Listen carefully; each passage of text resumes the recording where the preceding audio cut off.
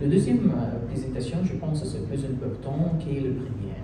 Pourquoi? C'est pour ne pas avoir le problème de la deuxième chose, pour ne pas avoir la dysplasie. On va voir, c'est la même chose.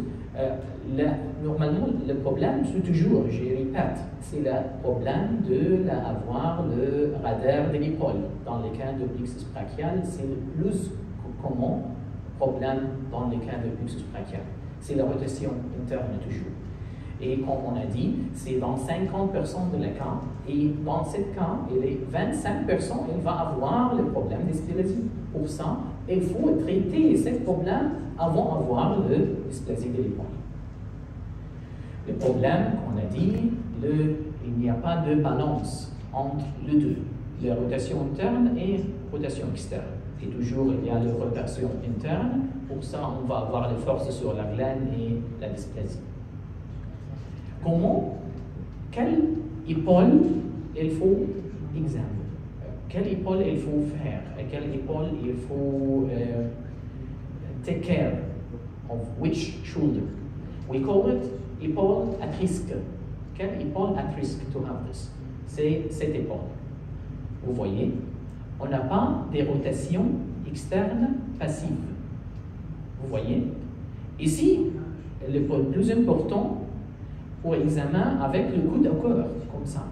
Et la deuxième chose, il faut fixer le glène, les omoplates. Si on ne fixe pas, comme vous voyez, qu'est-ce qui se passe? On avait les signes de Pouty, parce que les omoplates et l'épaule, il est fixé par les capsules, et pour ça, les omoplates qui bougent. Quel est le aim de traitement? D'avoir de balance entre les deux muscles. Comment on peut avoir ça avant d'avoir le dysplasie?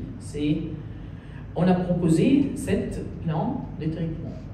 Si l'enfant est moins de 6 mois, on fait les rééducations.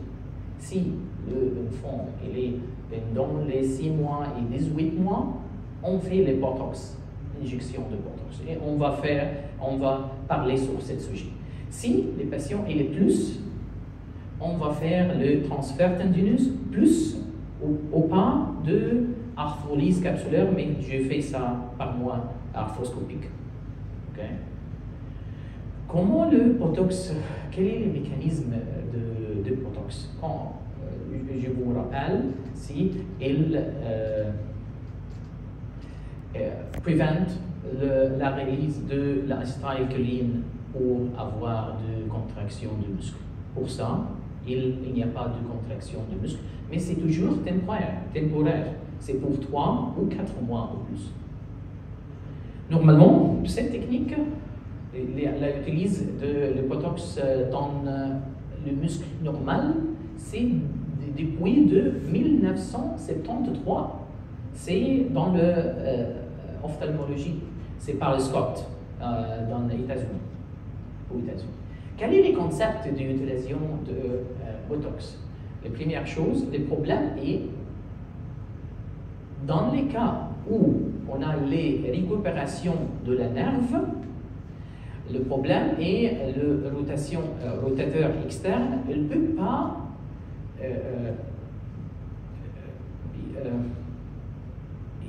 balance ou equalize le problème ou la force de la rotation interne.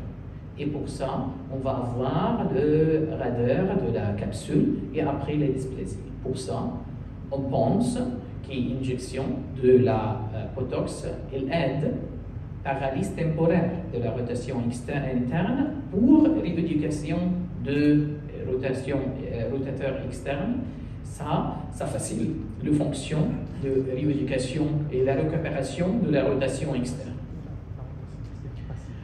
Quelle est notre hypothèse?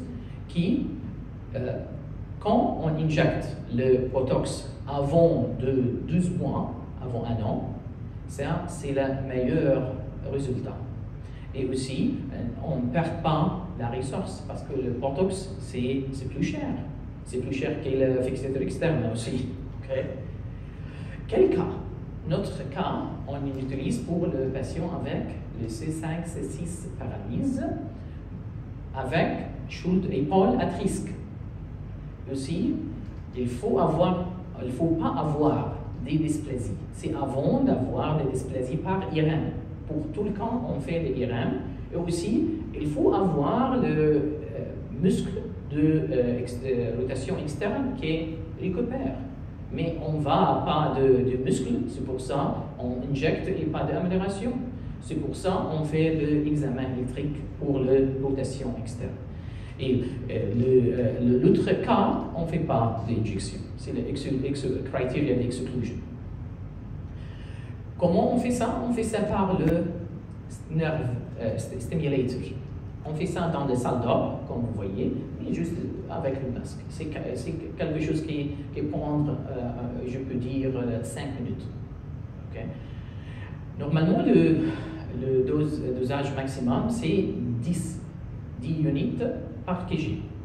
Normalement, on injecte 3 muscles, c'est le grand pectoral et le subscapularis et les grands dorsales. On injecte les 3. C'est les 3, ce sont les rotateurs internes. On n'injecte pas les teres major. Pourquoi? Parce que c'est un petit peu difficile plus de l'autre. C'est pour ça c'est plus facile d'injecter les 3. Quelles sont les mesures qu'on mesure après l'injection? Le problème, c'est un enfant. C'est 6 mois ou 7 mois ou 1 an. C'est pour ça qu'on utilise le score de Hospital of Sick Children, Active Motor Scale. Cette scale, c'est 0, non contraction, et 0 jusqu'à 4, sans gravité. Et après, 5, juste 7, c'est avec gravité. Et aussi, on mesure passif, le mouvement passif. Comme vous voyez, il faut fixer les omoplates pour bien examen de rotation externe.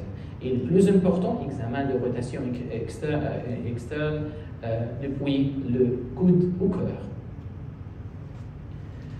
On présente 2 cas.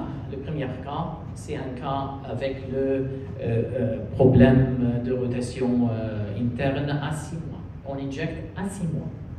Vous voyez les photos, c'est à 6 mois. Et maintenant, après un an, vous voyez, la rotation externe, c'est amélioré. Dans l'examen, était full. Aussi, l'abduction, elle est améliorée aussi. L'abduction était full aussi. C'est un autre cas qui a été injecté à 6 mois. Un follow-up dans 1 an et demi. Vous voyez, la main et rotation externe, c'est normal. Vous voyez? OK.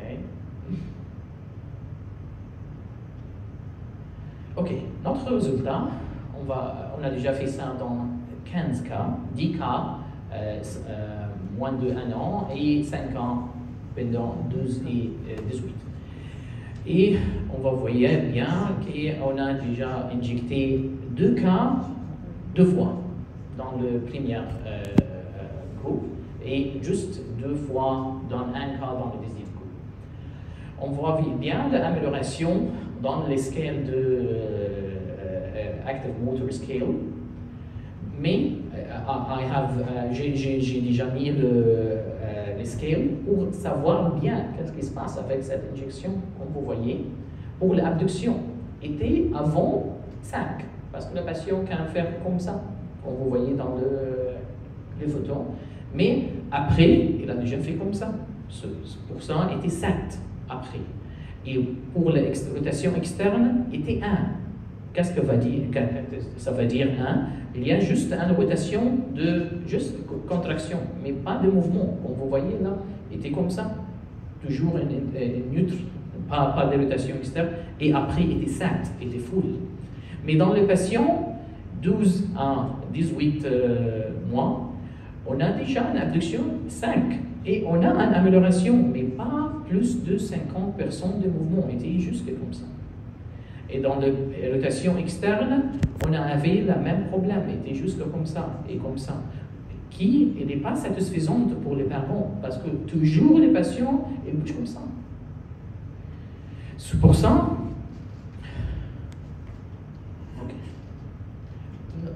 pour la discussion, dans ce cas, on injecte le muscle normal, ce n'est pas spastisé. Et il a déjà fait par deux auteurs, c'est D'Amato et Izaki, mais dans l'autre étude, il avait jusqu'à 50% d'amélioration. Pourquoi? Parce qu'il a mélangé tout le patient. Il avait les patients âgés, les patients jeunes, avec le patient avec les dysplasies, avec le patient qui il n'y a pas de récupération de nerfs. C'est pour ça que les résultats n'étaient pas bons. Mais dans notre étude, on a utilisé l'examen électrique pour savoir bien que la rotation externe, le rotateur externe est récupéré. Et aussi, on a déjà utilisé le IRM pour savoir qu'on n'a pas de dysplasie. On avait un excellent résultat dans le patient moins de 1 an. Mais dans le patient plus de 1 an, l'abduction était améliorée jusqu'à c'est plus de 90 degrés. Et la rotation externe, c'est pas plus de 45 degrés, c'était moins de 45. Et tous les patients, on a fait une arthrolyse arthroscopique pour les capsules. Plus ou moins transfert tendineux. Mais dans ce cas, on n'a fait pas de transfert tendineux, on a fait juste pour les capsules. Pour conclusion, le Botox injection, dans le cas avec le plexus brachial, dans le rotateur interne, c'est un bon choisi pour ne pas avoir de raideur de l'épaule et ça aide pas à avoir de dysplasie de l'épaule. Et we recommend cette injection moins de 1 an. Merci.